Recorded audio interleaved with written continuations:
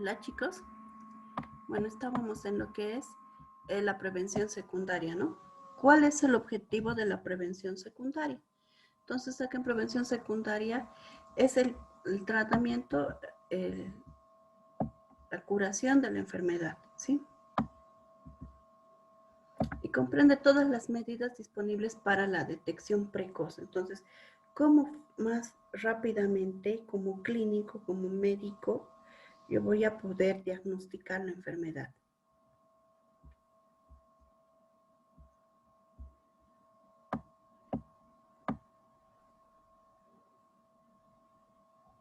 Entonces también dice, comprende todas las medidas disponibles para la detección precoz de enfermedades en individuos y poblaciones para una intervención rápida y efectiva.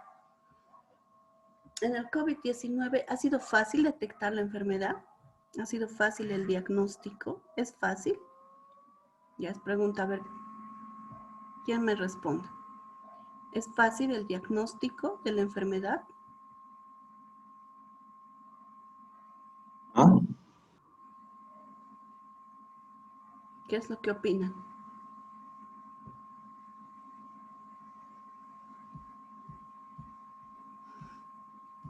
¿Mm?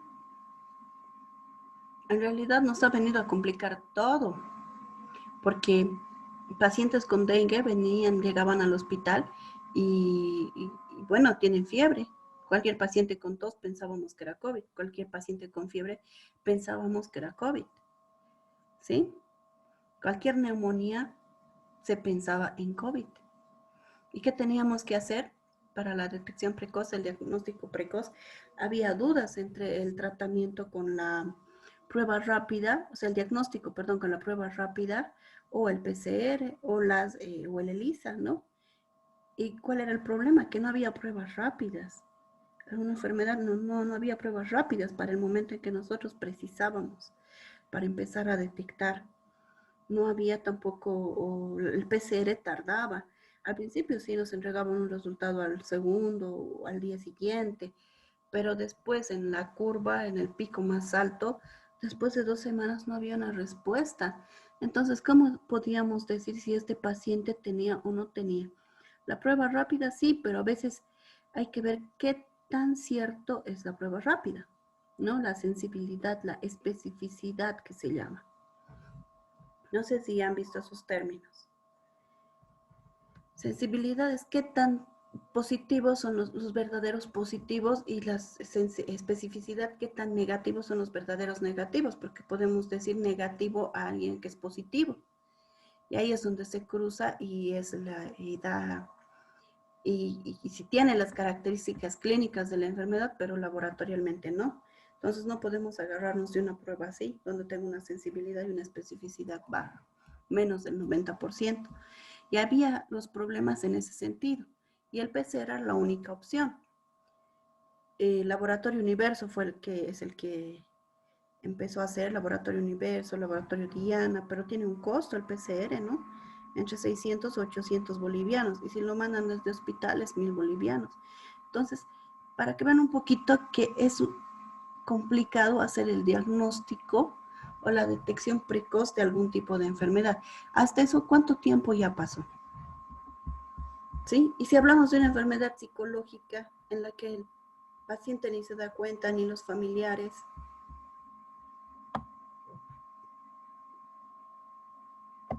suele aplicarse, dice, a enfermedades cuya historia natural comprende un periodo precoz. Si, por ejemplo, una diarrea, una gripe en un niño, fáciles de diagnosticar y tratar. Pero cuando no es fácil de diagnosticar y tratar, ¿qué hacemos? Necesitamos un programa de prevención secundaria, así disponer de un método seguro y exacto de detección de la enfermedad, preferiblemente en un estadio preclínico. Entonces tenemos que tener bien claro qué tipo de enfermedad yo voy a tratar de acuerdo a mi especialidad. Por eso lo mejor es, si yo no sé algo, tengo dudas como médico general, tengo que referir al paciente al especialista. Será el psicólogo, será el psiquiatra, será el neurólogo, en nuestro caso, ¿no? En la parte de psicología médica. bueno, las otras áreas, a todas las otras subespecialidades. ¿Por qué? Porque tiene esta capacidad de diagnóstico precoz por la especialidad que maneja, ¿no? Detección sistemática de lesiones precancerosas de cuello uterino, el cuello del útero, por ejemplo. Detección de fenilcetonuria en los recién nacidos. Entonces, hay programas ya establecidos para poder sacar adelante enfermedades que ya son conocidas. ¿Sí? ¿Me esperan un segundito, por favor?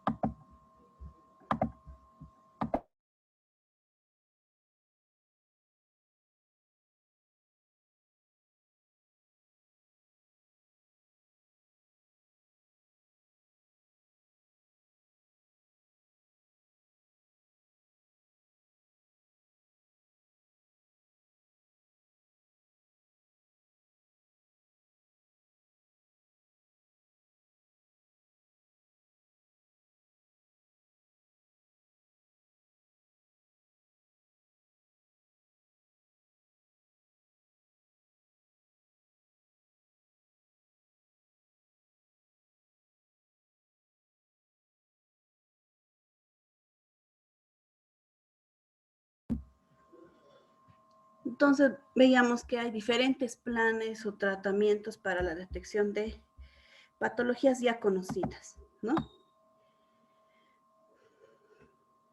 Y dentro de la prevención terciaria que tenemos, son aquellas medidas cuando ya pasó la enfermedad, y dijimos que puede dejar secuelas, puede llevarnos obviamente a la muerte, a la recuperación, a la discapacidad. ¿Y cuál es el objetivo? Es minimizar los sufrimientos causados por la pérdida de la salud. Y tengo que trabajar en la rehabilitación. ¿Sí? Un paciente alcohólico, por ejemplo. Sí, porque el alcoholismo es una enfermedad. Tengo que minimizar los problemas que haya causado. Y dentro de esto también está la familia, ¿no? ¿Cuáles problemas habrá causado dentro de la parte familiar? Pero ¿qué es lo más típico que produce el alcoholismo en un paciente que ha estado bebiendo 30 años? Aparte de la parte psicológica, también nos puede llegar a producir cirrosis hepática, ¿no? Y nos puede llevar a la muerte.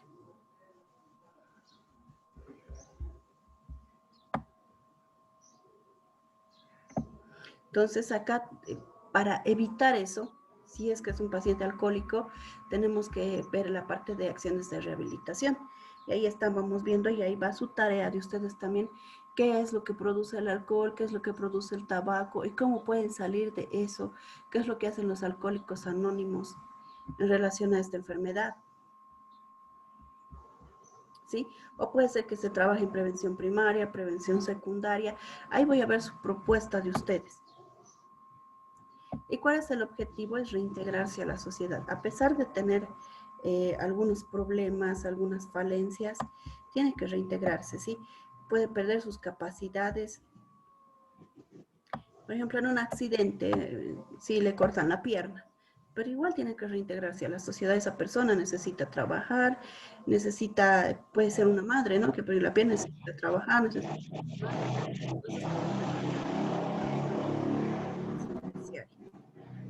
¿Sí? El objetivo es reducir el progreso o complicaciones de una enfermedad ya establecida. Entonces también vemos aquí rehabilitación de pacientes con poliomielitis, accidentes cerebrovasculares. ¿No? Esto es muy frecuente, los accidentes cerebrovasculares. Los ACVs, después el paciente no puede, el hemicuerpo, una hemiplegia, y necesita hacer fisioterapia, necesita de a poco ir acostumbrando a su organismo para poder hacer una vida normal. Pérdida de miembros, la ceguera, la sordera. Entonces, todo lo que hemos visto aquí como que ya está resumido. Sí, los niveles de prevención: primordial, primaria, secundaria y terciaria. Primordial, condiciones subyacentes de la causa. Sí, población total, grupos seleccionados. Primaria, factores causales específicos.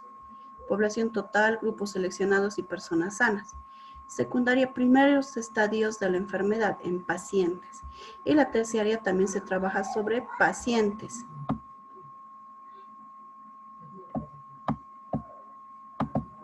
Ahora acá sí tenemos, este es un mapita, como les decía, es una estrategia de enseñanza-aprendizaje, ¿ya? Es muy importante que ustedes, esto sí quiero que lo tengan, y me gustaría mucho que ustedes trabajen sobre esto, ¿ya? Por ejemplo, acá en la historia natural de la leishmaniasis cutánea. Acá tenemos el periodo prepatogénico, chicos. Y acá es el periodo patogénico. Todo lo que hemos visto en lo anterior era la teoría. Necesito que las enfermedades que ustedes han escogido como grupos se las repartan o vean qué enfermedades escojan y me hagan por grupos, igual una de alcoholismo y otra de tabaco.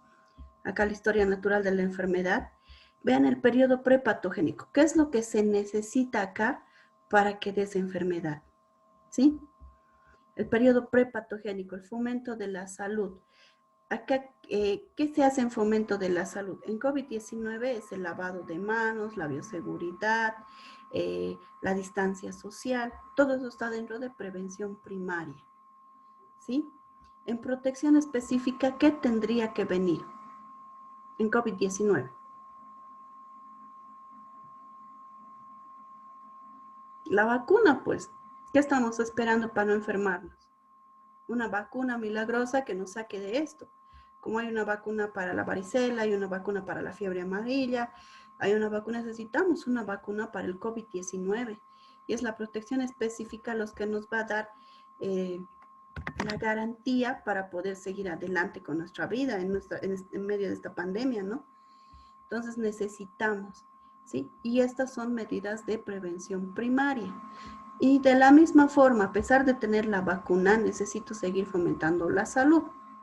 Sí, necesito seguir y no me tengo que olvidar, porque me hayan puesto la vacuna, las medidas de bioseguridad, el distanciamiento social. Entonces, el COVID-19 vino para quedarse y eso tiene que quedarse claro, ¿sí? Para el personal de salud y para toda la población en general. Porque lo que podemos ocasionar son brotes, rebrotes. Obviamente no toda la población se va a llegar a vacunar. Entonces por ahí va a quedar todavía el virus en algunos grupos susceptibles, dando vueltas, ¿no? Entonces el objetivo es evitar esos grupos y para eso tenemos que fomentar la salud.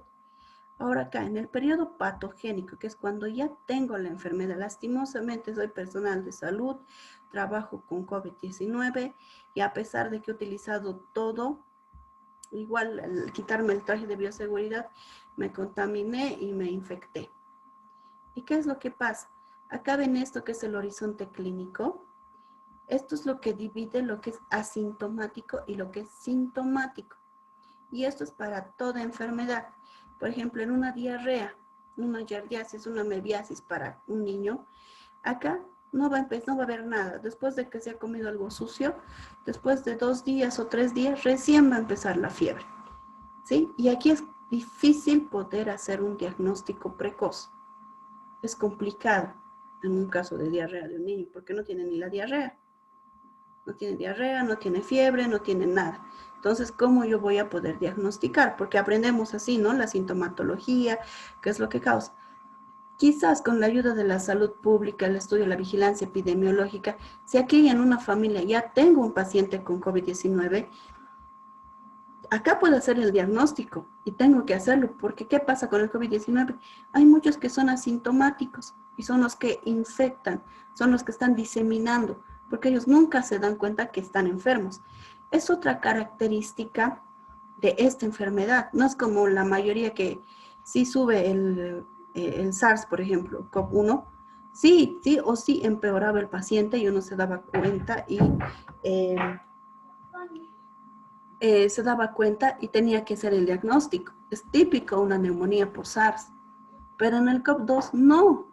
Entonces vemos que hay asintomáticos y es lo que nos ha llevado a una pandemia. Ya, lo mismo ustedes, de las enfermedades que tengan, tienen que tratar de identificar acá el horizonte clínico, donde yo me doy cuenta que este paciente está enfermo. Ahora, si digo que acá la herencia, la parte genética, el medio ambiente, si es un paciente alcohólico, por ejemplo, su familia, obviamente aquí tiene algunos problemas. Los niños, ¿no? Estrés, depresión, ansiedad. ¿Qué puede haber pasado en esos niños, ¿no? A nivel de su familia. Un hijo de un alcohólico no es tan saludable, no está bien en la parte psicológica.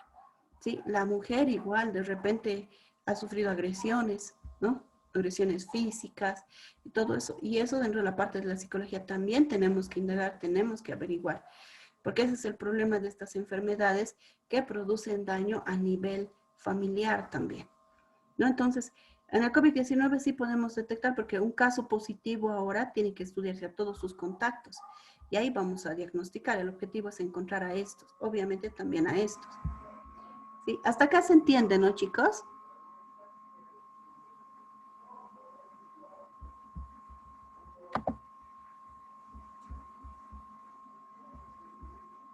Hola.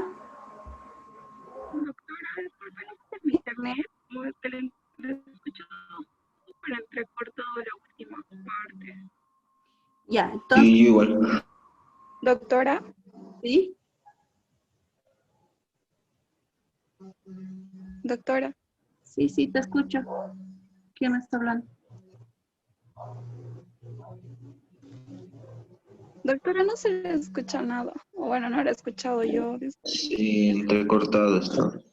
Yo tampoco pensé que era mi internet.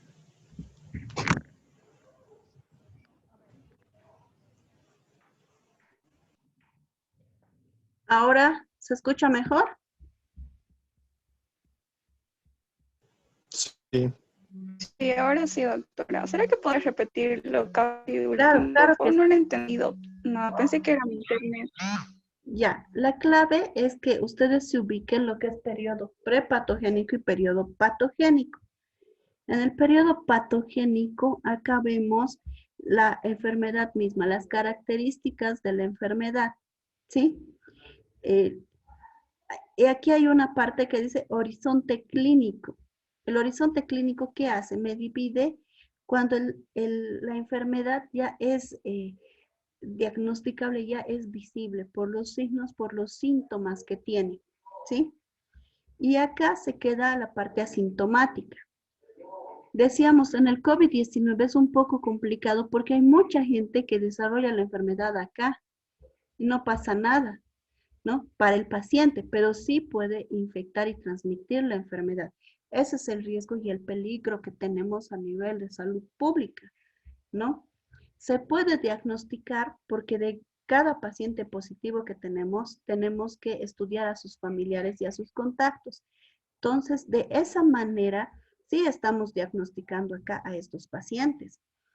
De la misma manera, hay otras enfermedades que ustedes han visto, por ejemplo, les decía el alcoholismo o la depresión, la ansiedad. eh,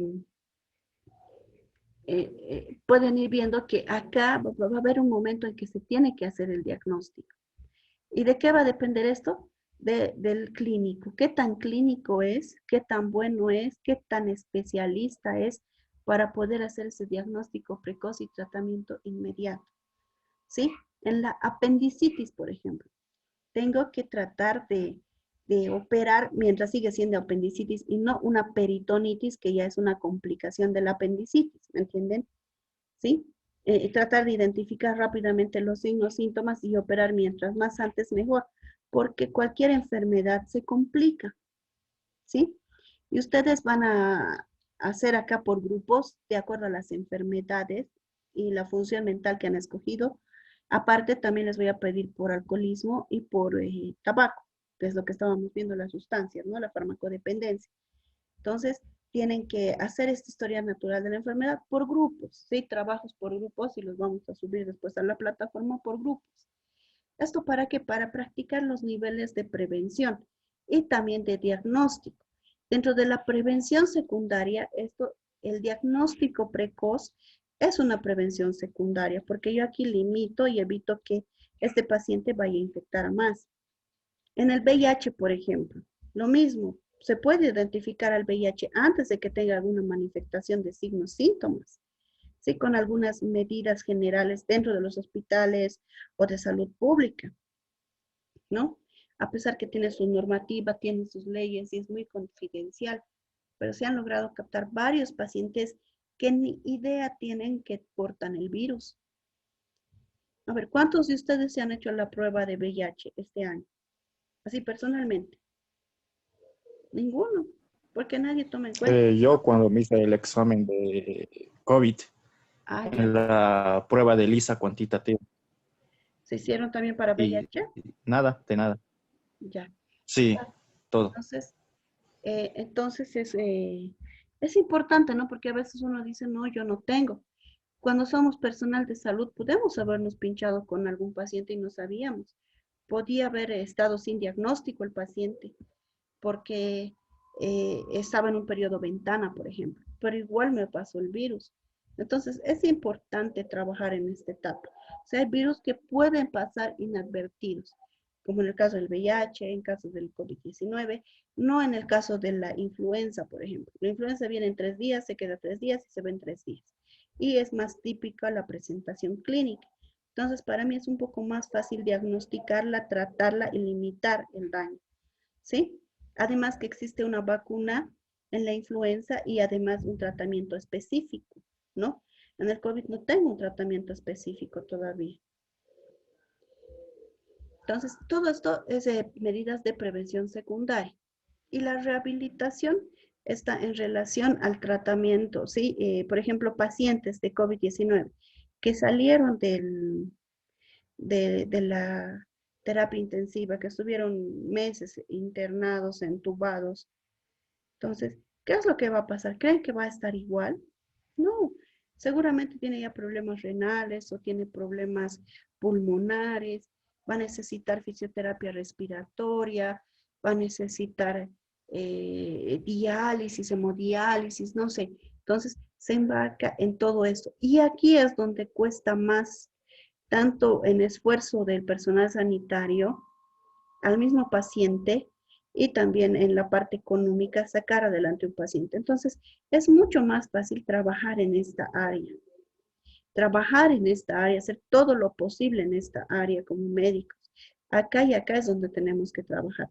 Pero si tenemos un paciente que ya está en este lugar, bueno, ni modo, también tenemos que darle para mejorar la calidad de vida, ¿no? Para que este paciente pueda tener una vida saludable, pueda volver a decir estoy sano, ya no estoy enfermo, estoy curado, de acuerdo dentro, enmarcándose dentro de los conceptos de salud, ¿no? El bienestar físico, mental y social. Así me falta una pierna, pero yo estoy sano, porque físicamente ya tengo una prótesis, ya camino, ya trabajo, socialmente me sigo manteniendo y cumplo mis funciones. Entonces, sí estoy sano a pesar de que haya sufrido un accidente y haya perdido un miembro, o a pesar de estar ciego, ¿no? Entonces, tiene que trabajarse también en esta área. Pero eso es lo último que queremos como personal de salud, ¿no? Porque es lo más triste. Para nadie es agradable trabajar acá. Entonces, como médicos, tenemos que trabajar acá y en prevención primaria, prevención primordial. También como médicos tenemos que empezar a conocer las normativas, las leyes. Es fundamental, es importante sobre qué leyes me amparo para el trabajo a nivel profesional. ¿Qué normativas hay en mi hospital? ¿Qué leyes? ¿Con qué me manejo? ¿O con qué códigos yo voy a poder defender a mi paciente? Porque si llega a mi consulta una mujer que ha sido maltratada, yo no puedo dejarla ir, tengo que ayudarla a denunciar. Si no, yo también soy cómplice de ese maltrato, ¿no? Entonces tengo que conocer qué leyes existen para, para todo esto, hacer la denuncia respectiva. ¿Hasta aquí se entiende, chicos? Sí, pero eso de exponer sobre las enfermedades, ¿para cuándo sería más o menos, digamos? Lo pueden ir trabajando de a una enfermedad por grupo o por grupos también, no sé, para la siguiente clase. Tendrían que leer un poquito de cada enfermedad, por eso es grupal.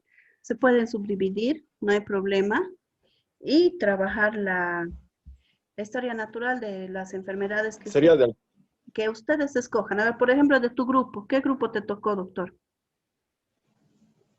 no sé, la verdad. ¿No? ¿Qué, Recién qué trabajo de funciones mentales superiores has hecho? La afectividad. Ya. En la afectividad, ¿qué patologías han encontrado? No sé. Entonces pónganse de acuerdo con su grupo. ¿Qué enfermedades? Por lo menos 3 por grupo les voy a pedir. ¿Ya? 3 por grupo de acuerdo a su función mental que hayan tenido, ¿sí? Psicomotricidad, la sexualidad, y que vayan desarrollando. Aparte la de alcoholismo y de tabaco, serían 5 en total, por grupo. 5 enfermedades, ¿no? 5 enfermedades. Una es el alcoholismo, otra es el tabaco. ¿Qué enfermedades o cómo lo van a enfocar? Ustedes ya tienen que ver. Y o sea, dentro de la farmacodependencia por tabaco, ¿no? Ya. Y los otros 3 enfermedades de las funciones mentales que ustedes hayan defendido, escogido, me han puesto en las presentaciones, está grabado. Entonces, escojan ustedes, o digan, doctora, pusimos esto, pero escogimos esto. No les voy a decir específicamente qué, se los dejo a su criterio, ustedes ya van a ser médicos, ¿no? Entonces tienen que saber elegir. Y que me hagan así el cuadrito, lo más resumido posible. Aquí abajo me tienen que colocar, ¿no? La prevención primaria, qué medidas, aquí todo llenito. Pueden buscar en internet, hay modelos ya hechos, chicos. Sí, ya hay modelos hechos de las diferentes enfermedades. Entonces también pueden buscar en internet. Lo que me interesa es que ustedes sepan que existe este esquema, que es un modelo de estrategia de enseñanza y aprendizaje. Sí, para poder hacer esto yo tengo que haber leído alcoholismo, ¿no? Tengo que saber dónde, cuándo, cómo, qué me puede causar, con qué signos, con qué síntomas me voy a dar cuenta que ese paciente es alcohólico y qué tiene que haber pasado aquí para que ese paciente sea alcohólico y cómo podía haber yo evitado y cómo puedo yo diagnosticar y qué tengo que evitar, ¿me entienden? Un poquito se va enmarcando en cualquier enfermedad que ustedes encuentren. Cualquier enfermedad se puede hacer esto, ¿sí?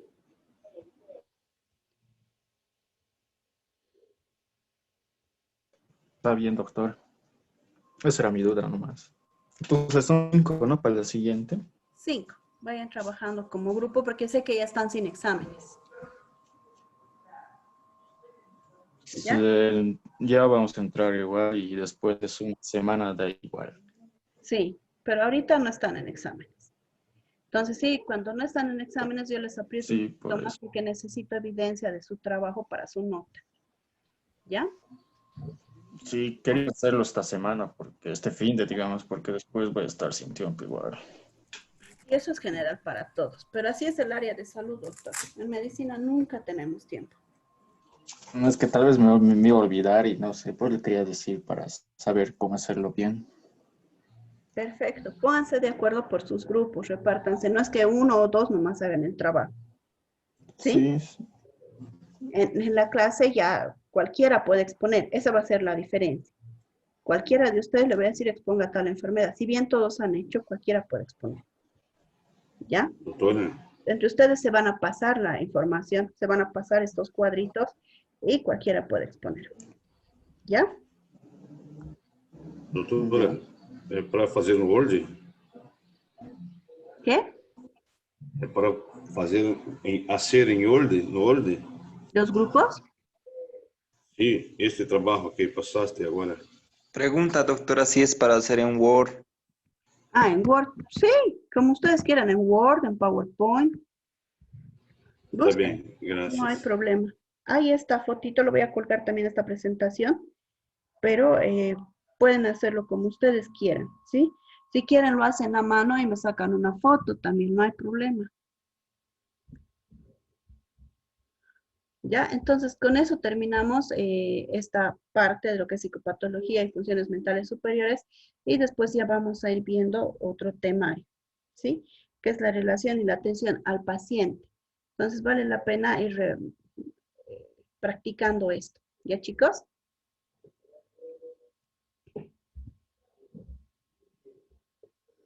Entonces, quedamos liberados, por favor. Nos Hasta vemos logo, doutor. directamente el día jueves, ¿ya? Hasta luego, chicos. Gracias.